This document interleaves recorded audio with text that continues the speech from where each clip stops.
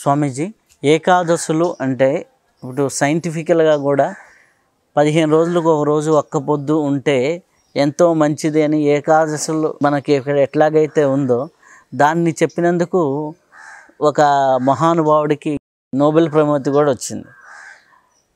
ఎన్నో వ్యాధులు రావు అనేసి. మనకి పూర్వకాలం నుంచి 15 రోజులకు ఏకాదశి అనేది ఉంది. అలాగే ఏకాదశుల వల్ల ఉండేటటువంటి ప్రయోజనం ఏంటి, ఏకాదశి పాటించడం వల్ల వచ్చేటటువంటి అద్భుతమైంది. చాలామందికి అది ఎలా పాటించాలో తెలియదు.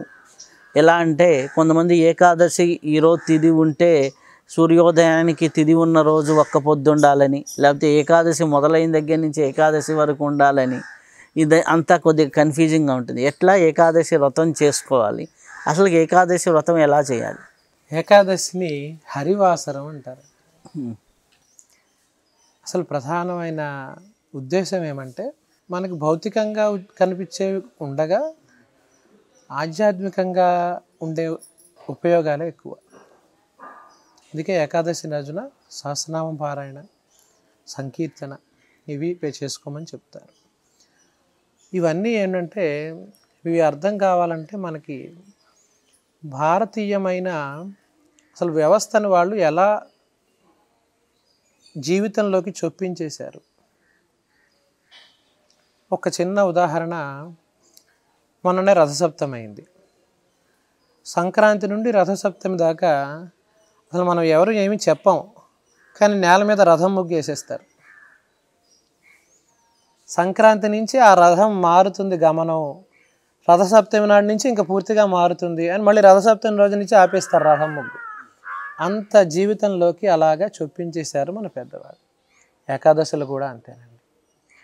ఏకాదశి నాడు ఏకాదశి ఒకటి, చతుర్దశి ఒకటి, పౌర్ణమి అమావాస్యలు ఒకటి, ఇవన్నిటిని పర్వదినాలు అంటారు. ఆ పర్వదినాల్లో మన మనస్సుకి చంద్రుడికి సంబంధం ఉంటుంది. చంద్రమా మనసో జాతః చక్షో సూర్యో అజాయత.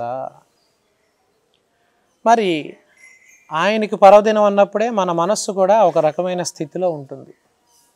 దానిని మనం చక్కగా ఈ సంకీర్తనలతోనూ పారాయణలతోనూ ఉపవాసాలతోనూ గనక మనం సరైన దిశలో ప్రయాణం చేయిస్తే ఆ స్వామిని త్వరగా చేరగలుగుతాము.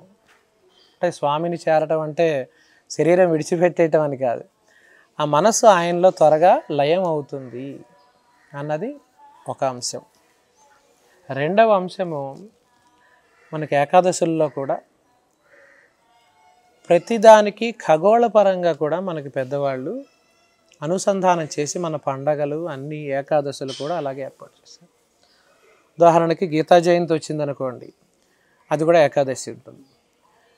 ఆకాశంలో కనుక మనం చూస్తే ఆ స్వామి నక్షత్ర రూపుడైన విష్ణుమూర్తి నడుం వరకు కనిపిస్తాడు.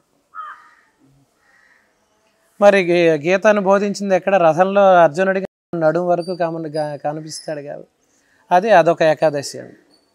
అలాగే శయన ఏకాదశి అని ఉంటుంది. అప్పుడు ఇదే నక్షత్ర రూపుడైన స్వామి పడుకున్నట్టుగా కనిపిస్తాడు. ఇంకొక ఏకాదశినేమో ఉత్థాన ఏకాదశి అంటారు. అంటే అప్పుడు ఆ నక్షత్రాలు ఉదయిస్తూ ఉంటాయి ఆ ఏకాదశి శేషపాన్పు మీద, కాబట్టి ఉత్థాన ఏకాదశి అంటారు. కాబట్టి ఏకాదశులు, చతుర్దశి, పౌర్ణమి, అమావాస్యలు పర్వదినాలు. మనస్సు చక్కగా మంచి విషయాలు ఏవి వచ్చినా అలాగ ఆకళింపు చేసేసుకునే స్థితిలో ఉంటుంది. కాబట్టి మంచి సత్సాంగత్యాలు, పారాయణలు అవి చేసుకోండి. ఇవి ఆధ్యాత్మికపరమైన ఉపయోగాలు.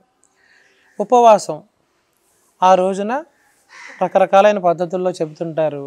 స్వామి చెప్పింది ఏమంటే శరీరాన్ని బాధ పెట్టి చెయ్యకు అని చెప్పాడు భగవద్గీతలో. ఉపవాసం చేసినా దానికి కనీసం ఎంత కావాలో అంత ఇవ్వు, లేకపోతే పళ్ళు తీసుకో, లేకపోతే పాలు తీసుకో, కానీ పూర్తిగా దానిని ఖాళీగా ఉంచకు అని చెప్పాడు. కాబట్టి ఆ విధానంలో మనం శరీరాన్ని బాధ పెట్టకూడదు. ఎందుకంటే ఆ లోపల ఉండేవాడు కూడా ఎవరు? అహం వైశ్వానరో భూత్వా ప్రాణినాం దేహమాశ్రిత ప్రాణాపాన సమాయుక్త పచామ్యన్నం చతుర్విధం. ఆ వైశ్వానరుడికి కావలసిన ఆహారం పెట్టాలి. ఆరోగ్యపరంగాను కొంత ఆర్థిక పరంగా కూడా ఉపయోగపడే అవకాశం ఉంటుంది. అది రెండో అంశం. మొదటిది మాత్రం ఆధ్యాత్మిక పరంగా ఉన్నతి సాధించడానికి ఉపయోగపడుతుంది. చాలా చాలా సంతోషం అండి. చాలా చాలా కృతజ్ఞతలు స్వామీజీ. చాలా అద్భుతమైన విషయాలు మాతో పంచుకున్నందుకు గురుగారి దయ అంతా.